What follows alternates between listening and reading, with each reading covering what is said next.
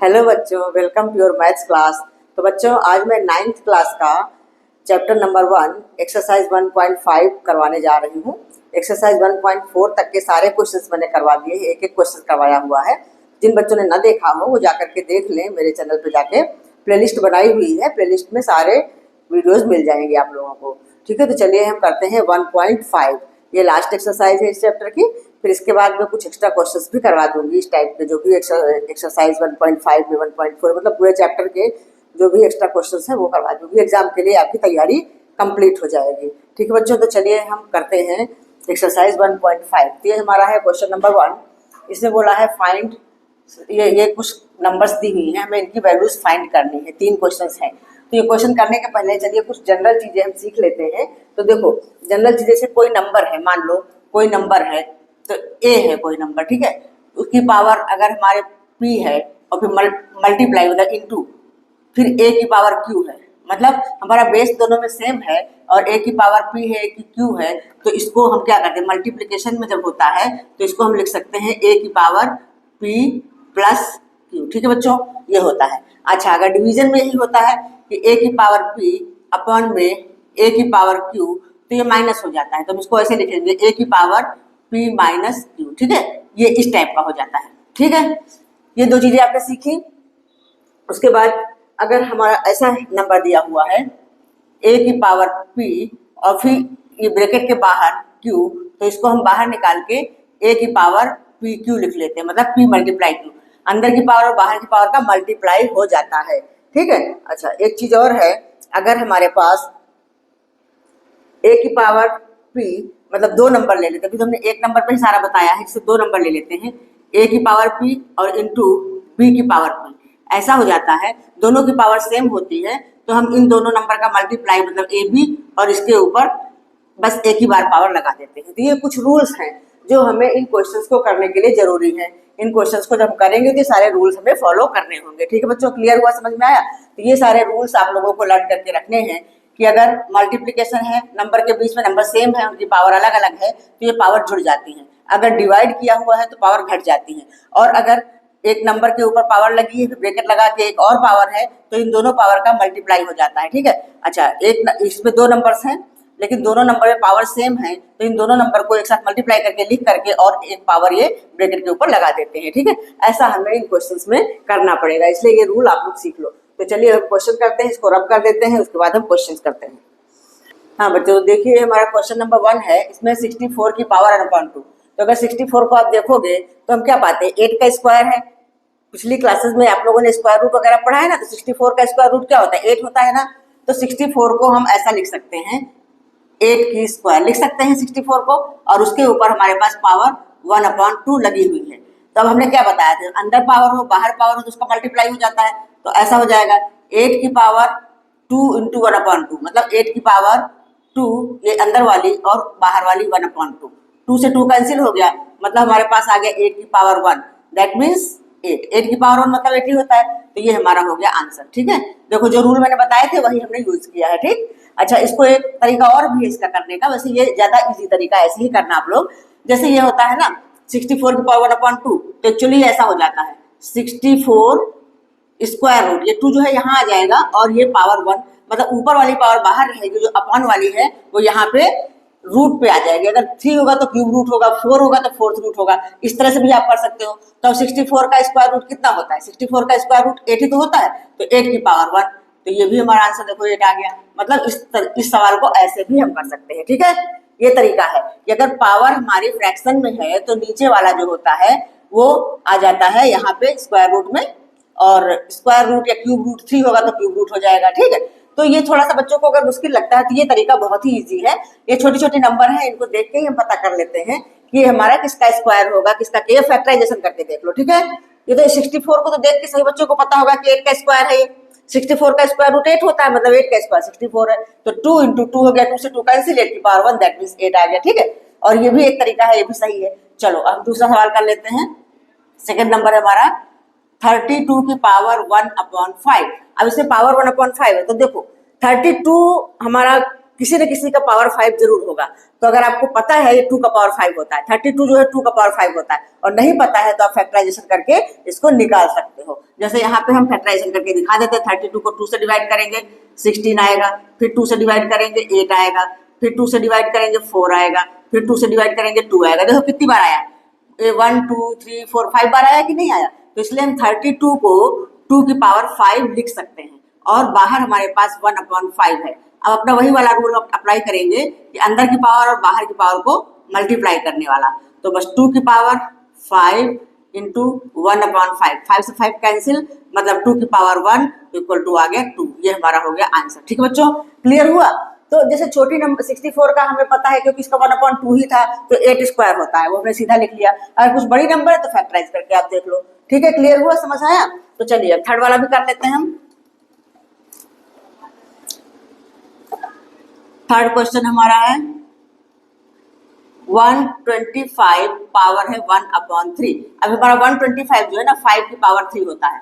इसका फैक्टराइज करके आप लोग देख लेना, 5 की पावर 3 आएगा और 1/3 है। तो अगले स्टेप में क्या हो जाएगा, 5 की पावर 3 इंटू 1/3, 3 से 3 कैंसिल, मतलब 5 की पावर 1, दैट मीन्स हमारा आ गया आंसर 5। ठीक बच्चों, क्लियर हुआ, समझ आया। तो ये वाला तरीका बहुत इजी है, इसी से आप लोग करना कि जो नंबर दी हुई है उसके अगर आपको पता है कि किस चीज का पावर है, मतलब इसकी जो नीचे वाली होती है ना, नीचे वाली नंबर, उसी के बराबर इस वाले नंबर का पावर आ जाता है किसी न किसी नंबर का। तो ठीक है, अगर नहीं मालूम है तो आप फैक्टराइज करके देखोगे, प्रैक्टिस करते करते आ जाएगा। ये तो छोटी छोटी नंबर्स हैं, इनका तो लगभग सही बच्चों को पता ही होगा। ठीक है, तो ये तरीका, यही वाला तरीका इजी है और बिल्कुल करेक्ट होता है, गलती नहीं होती है इसमें। ठीक है, तो चलिए हम क्वेश्चन नंबर 2 कर लेते हैं। हाँ बच्चों, तो क्वेश्चन नंबर 2 है, इसके 4 पार्ट्स हैं, तो चलिए हम 1 बाय 1 इसको सॉल्व करते हैं। तो हमारा पहला वाला क्या है, 9 रेज़ टू पावर 3/2। अब इसको देखो ध्यान से, 9 क्या है, 3 का स्क्वायर है। ठीक है, तो 9 को हम ऐसा लिख लेंगे 3 का स्क्वायर, और फिर ये ब्रैकेट लगा के ये वाली पावर हम बाहर लिखेंगे 3/2। ठीक है, अब नेक्स्ट स्टेप में क्या हो जाएगा, 3 की पावर 2 और मल्टीप्लाई 3/2। ठीक है, अब 2 से 2 कैंसिल हो गया, तो नेक्स्ट स्टेप में हमारा आएगा 3 की पावर 3। अब 3 की पावर 3 क्या होता है, 3 मल्टीप्लाई 3 मल्टीप्लाई 3, 3 बार मल्टीप्लाई करेंगे तो आएगा हमारा 27। ठीक है, चाहे तो आप इसको ऐसे करके लिख लो, 3 इंटू 3 इंटू 3, तो ये आ गया हमारा 27। तो ये हमारा आंसर आ गया। ठीक है, ये वाला स्टेप ना भी लिखो, डायरेक्ट आपको समझ में आ रहा है तो डायरेक्ट लिख दो। ठीक है, 3 की पावर 3 27 कैसे आया, मतलब जितनी पावर होती है उस नंबर को तो नहीं बार मल्टीप्लाई करते हैं, तो 3 मल्टीप्लाई 3 मल्टीप्लाई 3 आ गया 27। ठीक है, 3 3 9, 9 3 27। ठीक, आ गया समझ में। अब अपना सेकंड नंबर क्वेश्चन करते हैं। इसमें क्या है, 32 और इसकी पावर है 2/5। अभी हमने पिछले क्वेश्चन में किया था 32 क्या है, 2 की पावर 5 है, तो बस नेक्स्ट स्टेप में हम यही लिख लेते हैं।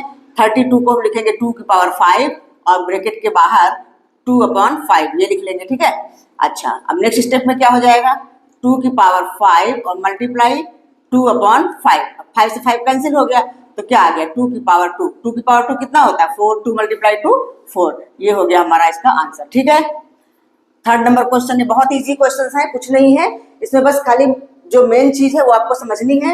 हम इस तरह का नंबर बना लेते हैं कि एक पावर अंदर एक पावर बाहर, हम जानते हैं कि अंदर और बाहर की पावर का मल्टीप्लाई हो जाता है, और ये है फ्रैक्शन की नंबर, नीचे का नंबर कट जाता है, ऊपर हमारा सिर्फ 2 आ गया, तो 2 की पावर 2 हो गया, 4 हो गया। ठीक है, क्लियर हुआ।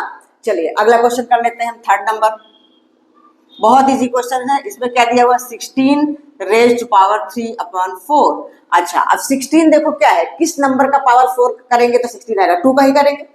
2 का पावर 5 32 के इक्वल होता है, सब लर्न कर लो, ज्यादा इजी रहेगा। और 16 जो है 2 का पावर 4 होता है, तो अगले स्टेप में हम 16 को लिखेंगे 2 की पावर 4 और ब्रैकेट के बाहर 3/4। ठीक है, अच्छा अब नेक्स्ट स्टेप हमारा हो जाएगा 2 रेज़ पावर 4 और मल्टीप्लाई 3/4। अब क्या हुआ, 4 से 4 कैंसिल हुआ, तब क्या आ गया 2 की पावर 3। 2 की पावर 3 कितना होता है, 8। ठीक है, 2 को 3 बार मल्टीप्लाई कर लो, 2 इंटू 2 इंटू 2, 2 2 4 4 2 8, ये हमारा हो गया आंसर। ठीक है बच्चों, क्लियर हुआ, समझ आया। तो अब एक क्वेश्चन रह गया है फोर्थ, वो भी हम कर लेते हैं, इजी है, वो भी कुछ नहीं है। फोर्थ क्वेश्चन हमारा है 125 और पावर दिया है -1/3।